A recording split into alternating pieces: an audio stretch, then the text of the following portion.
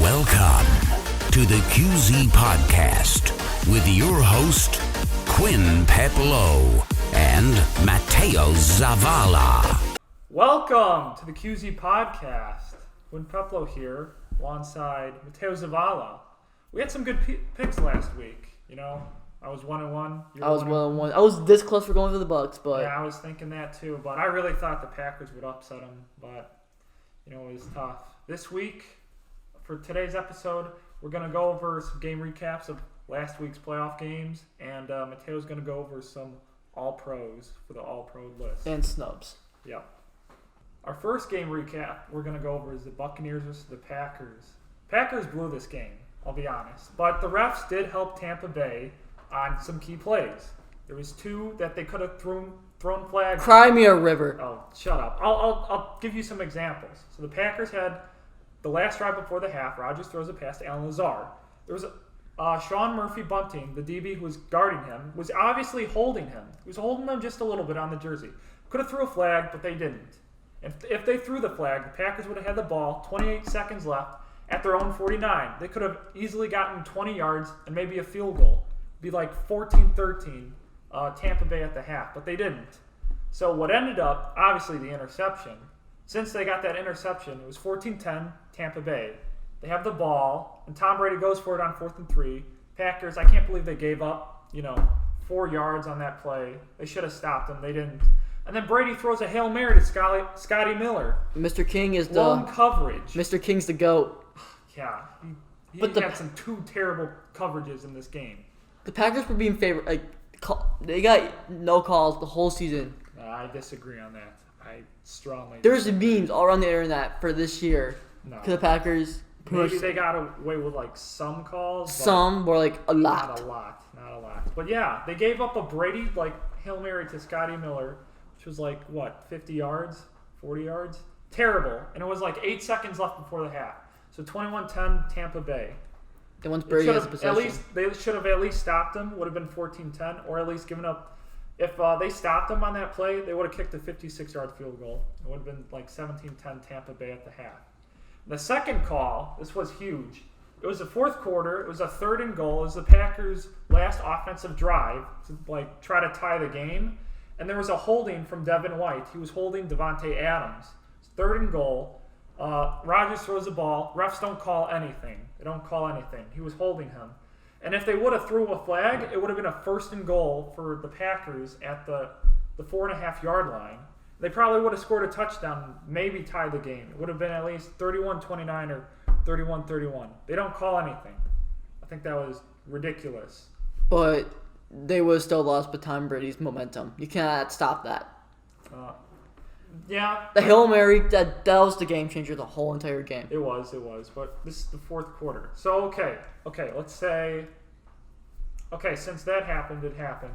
But there was a huge call on the last drive, the PI call against Kevin King.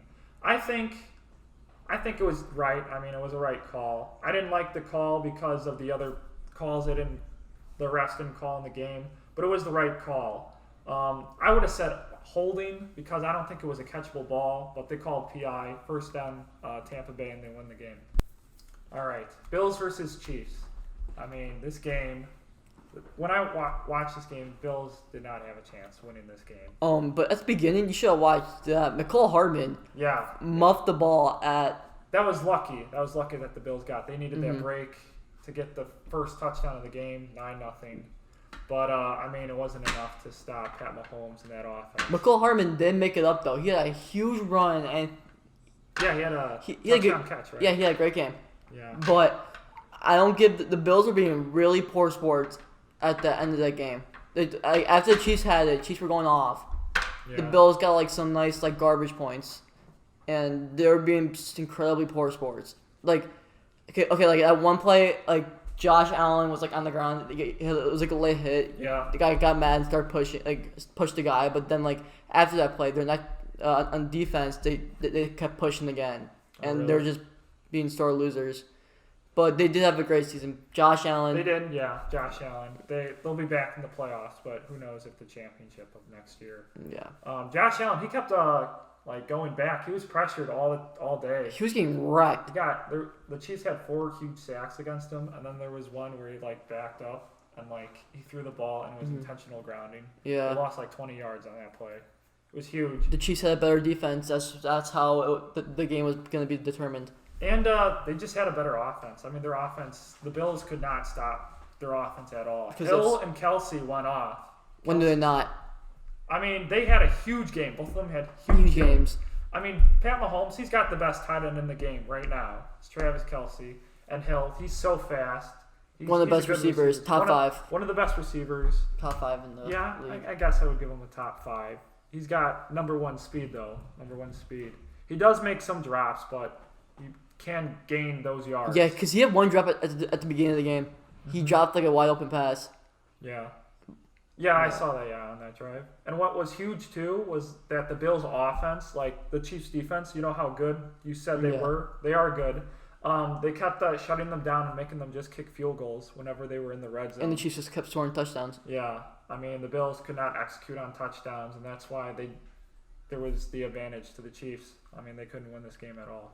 Yeah, you just can't stop. They have so many weapons. If you shut down Kelsey, Hill's right there. Shut down Hill, Kelsey's right there. Yeah. You can't stop them.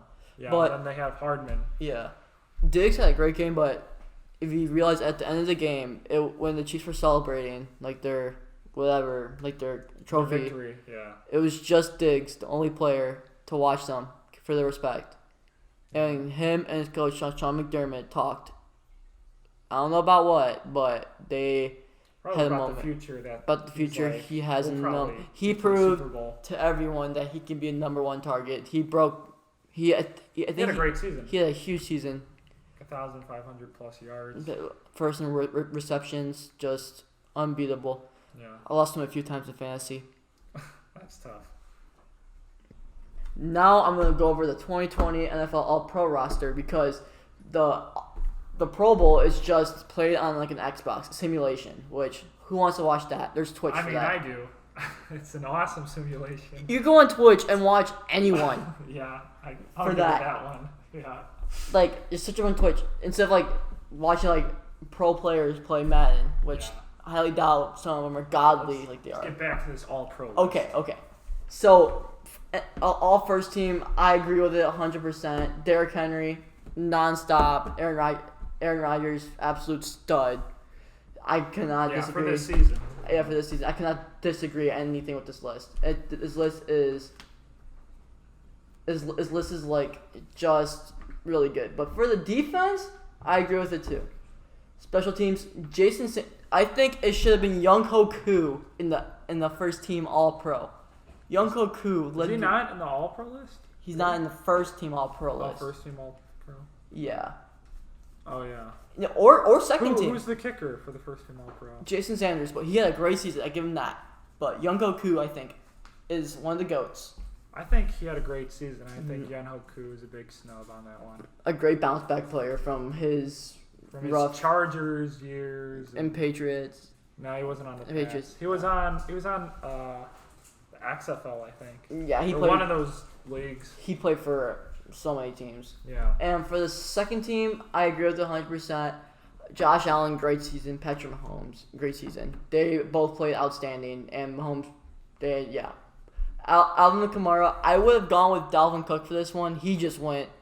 Really? No, I would have had Alvin Kamara. Wait, I mean, it's so tough. They both had great years. It should have been a tie. Alvin Kamara did so good. Kamara did really good in the passing game. He probably could have had over Derrick Henry, in my opinion, because the passing game. Kamara, yeah. Because Derrick Henry's never used in the passing game, and the tight end they just limp. There's none down for the tight end for the second team All Pro, which I think should have been Darren Waller and T.J. Hawkinson. Yeah.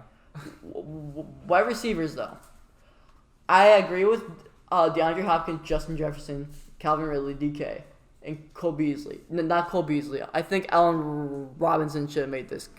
Cole Beasley. Allen Robinson was snubbed. He had a great season. Don't get me wrong for that. But Allen Robinson play as like a top 10 receiver in the NFL. And Maybe DK even a top 5. top That's 5, very and DK, in debatable. my opinion, is overrated. He drops a lot of passes. He is a little overrated. He's Yeah. dropped a ton of passes, ton of balls, and sometimes people overhype him that he's going to get a big Yeah. game, but he only gets like 2 40 yards. Yeah, and I mean, I think in my opinion, AJ Brown's better. Then DK Metcalf? That's a bold statement. I don't know about that one. I would have to see them play more years because they're both still young. Yeah, but I would say right now I would still pick DK over AJ, but it is kind of close. yeah, the second team all defense, the special teams, Justin Tucker. In my opinion, still it should have been Younghoe in one of these, and just Younghoe had a great season. I can go on for days about Younghoe. Yeah. Jamal Adams, I think he's overrated. He's a little overrated. He doesn't force turnovers, but he is a great tackler and tackle for losses. He has a lot of sacks though, but How many sacks did he have this year? I think like 8.5. He had 8.5. Dang. No way. Let me look that up. But keep going. And but Mike Williams had more picks than he did this whole season. Mike Williams is a wide receiver. Oh, jeez. He had 0 interceptions, and just Wait, Mike Williams had an interception this year? yeah, someone threw a Hail Mary and he caught it at the end. Oh, really? Yeah, I was mad because I had him in fantasy and he didn't get the point. Dang. So, yeah, Yeah, I would be mad about that too. that was a really sad moment for him. But Yeah. Next week, we are going to go over our Super Bowl picks and stay tuned. We are going to expand to other topics and other sports. See you guys next week.